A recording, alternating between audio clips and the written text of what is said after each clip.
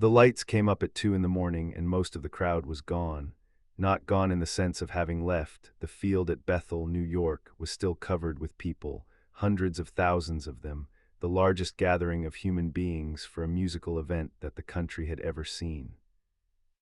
But gone in the sense that matters on a stage, gone to sleep, gone to the edges of the field, gone into the particular stupor that arrives when you have been outside for 2 days in August heat and rain, and have already absorbed more music and more humanity than any single nervous system was designed to process. The people who were awake in the way that people are awake at 2 in the morning after 2 days of everything, present in body but somewhere else in mind, their attention diffuse, their capacity for being moved by anything further already spent.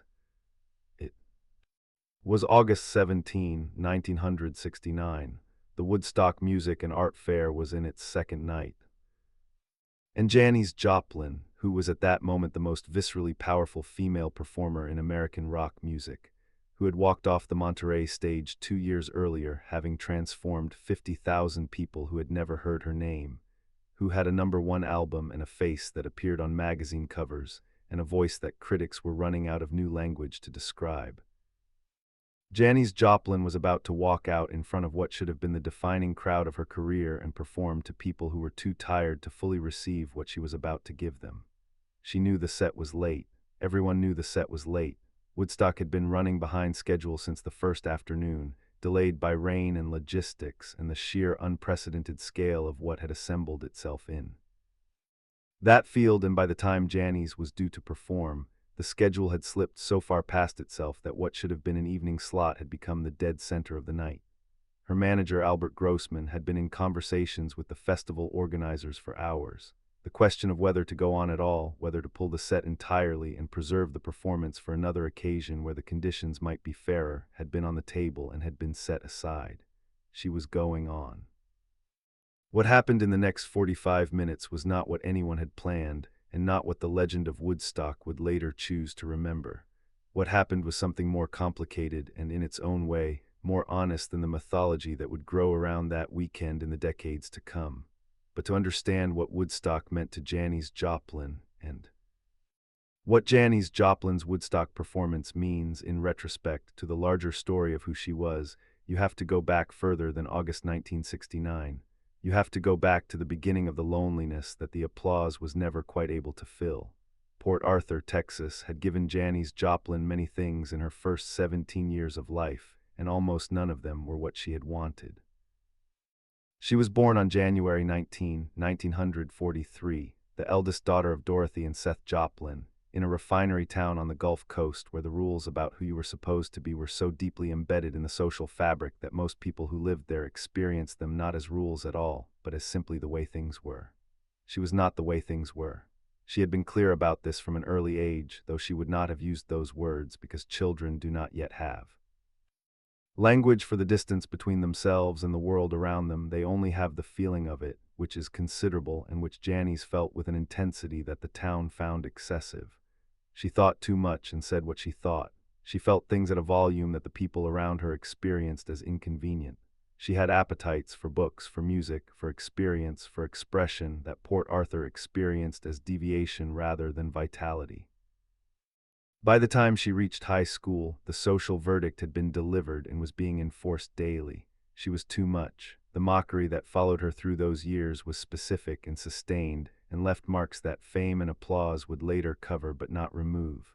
Port Arthur taught Janis Joplin a lesson about what it feels like to be in a room full of people who have decided you don't belong there, and that lesson stayed with her long after she had left the town behind. What rescued her was music. Bessie Smith first, the raw, unguarded, emotionally complete blues singing that Janis heard in her teenage years and recognized not as a style she wanted to imitate but as an approach to feeling that she had always had and had never had permission to use. Someone had felt this much and had turned it into sound. The intensity she had been punished for in Port Arthur might not be a defect after all. It might be the only instrument she actually knew how to play. she left. San Francisco in 1966 was the destination that held a city remaking itself, full of people who had made similar journeys from similar places and had arrived with their strangeness intact and were finding, for the first time, that strangeness had value here. She found Big Brother and the holding company. She found her first real community. She found stages that were large enough for what her voice could do, and she found that the stage, for all its giving, had a particular way of taking something back. Every performer who has ever stood in front of a large crowd knows the paradox. The bigger the audience, the less personal the connection. When you sing to 50,000 people, you are not singing to anyone. You are singing to the idea of people, to a massive response that is real and genuine and completely impersonal all at once. The audience receives something, but what the performer receives in return, the energy that comes back across the footlights, the confirmation that what you're doing is landing somewhere, is diffuse, collective, impossible to hold. It feels, on the worst nights, like singing into a space that absorbs everything you give and gives back only noise. Janis had felt this after Monterey, though Monterey had been extraordinary.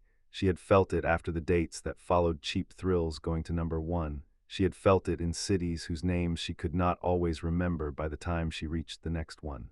The performances were real, the connection was real.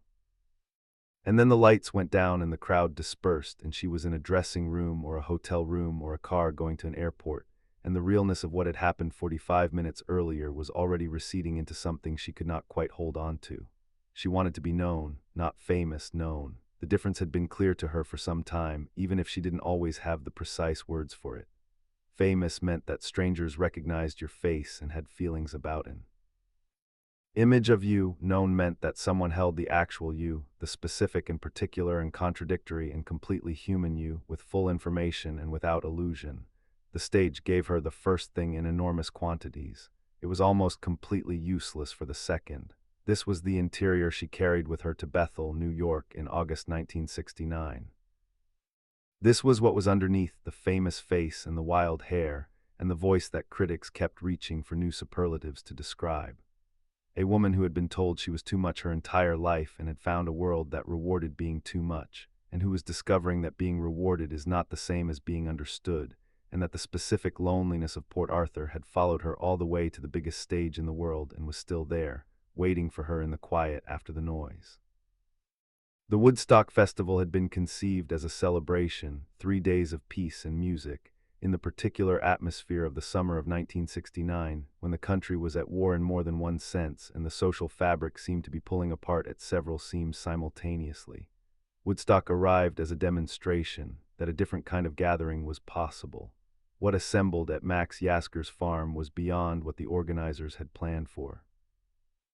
They had expected 100,000 people. What came was closer to 500,000, a migration rather than an audience, a city built from tents and sleeping bags and the willingness to endure discomfort for the sake of being present. The roads were impassable. The rain turned the fields to mud. Nobody left. The performers who arrived by helicopter because the roads were unusable found a situation that was unlike any other they had encountered. The stage was enormous and the crowd was enormous and the sound system was the most powerful ever assembled for an outdoor concert. But the organization that a production of that scale requires had been overwhelmed by the scale it was trying to organize, and the result was a schedule that had begun to come apart by the end of the first day and continued disintegrating through the second. By the time the second night arrived, the delays had accumulated into something beyond correction. Acts were performing hours after their scheduled times. The crowd, which had been enormous and attentive and electric during the afternoon performances, was thinning at the edges as people slept or wandered or simply reached the limit of what any human body can sustain across 48 hours of open-air festival in August. Janis Joplin was scheduled to perform in the evening of the second day. The evening became midnight. Midnight became 1 in the morning. 1 became 2. Albert Grossman, who managed her career with tenacity and calculation, understood what a 2 in the morning slot meant. He had seen the crowd thinning, the energy that had defined the earlier sets give way to something flatter. He understood that his client was about to walk out in front of the largest audience of her career under conditions that were working against everything that made her extraordinary.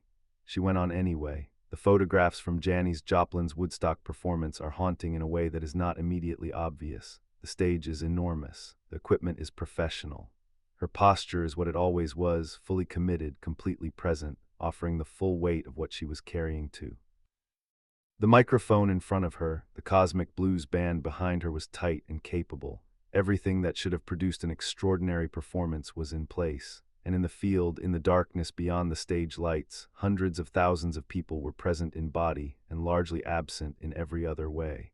She opened with "Raise your hand."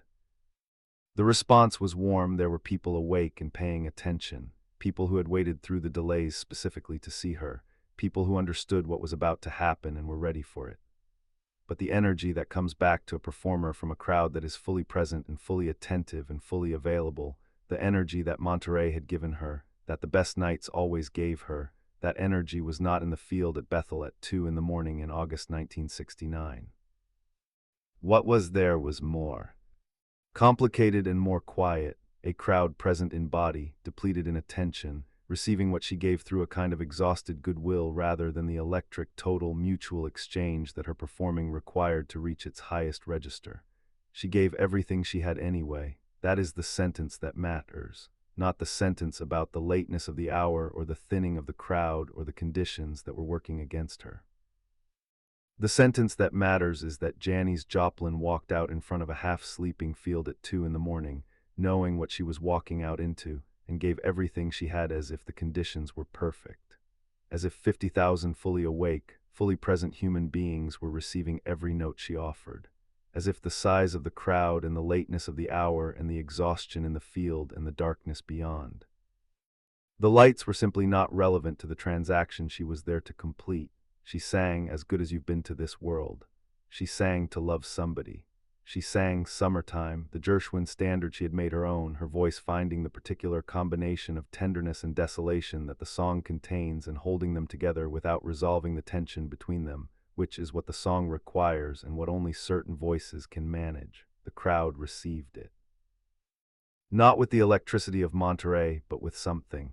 With the genuine, if exhausted, appreciation of people who understood, even through the fog of 2 days and 2 nights of everything, that what they were hearing was not ordinary, that the voice coming through those speakers was doing something that deserved attention even at 2 in the morning, and Janis, performing into that field of partial darkness, was doing something the camera could record but not fully explain. She was performing not for the crowd as it actually was, but for the crowd as it would have been at its best. It could not. The conditions were what they were. The night was what it was. And when the set ended and the lights went down, the response was genuine but not electric, warm but not incandescent, the response of people who had received something real and were grateful for it without having the capacity, at that hour in that state, to show the gratitude at the full scale the performance deserved. Janis walked off stage. The people who were with her in the moments immediately after describe her as quiet. Not visibly upset, not complaining about the hour or the crowd or the conditions. Simply quiet in the way of someone who has given a great deal. And has come back to the place where you assess what remains. What does it mean to perform at the highest level of your capacity for a crowd that cannot fully receive it?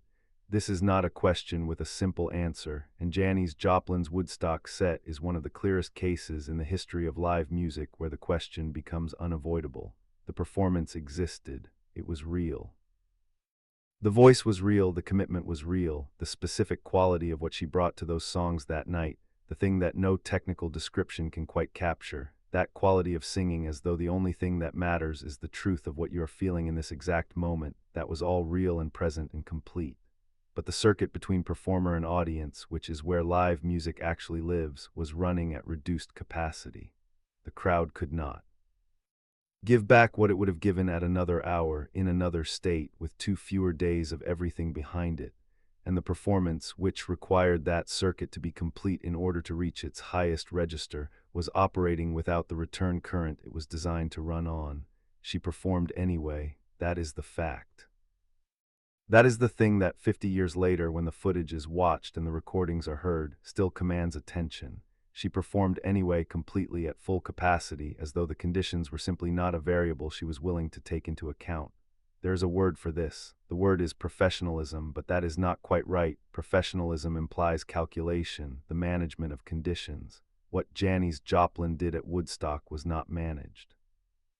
It was the same thing she had always done, the thing she could not do any other way. She walked out and gave everything, because giving everything was the only mode she knew.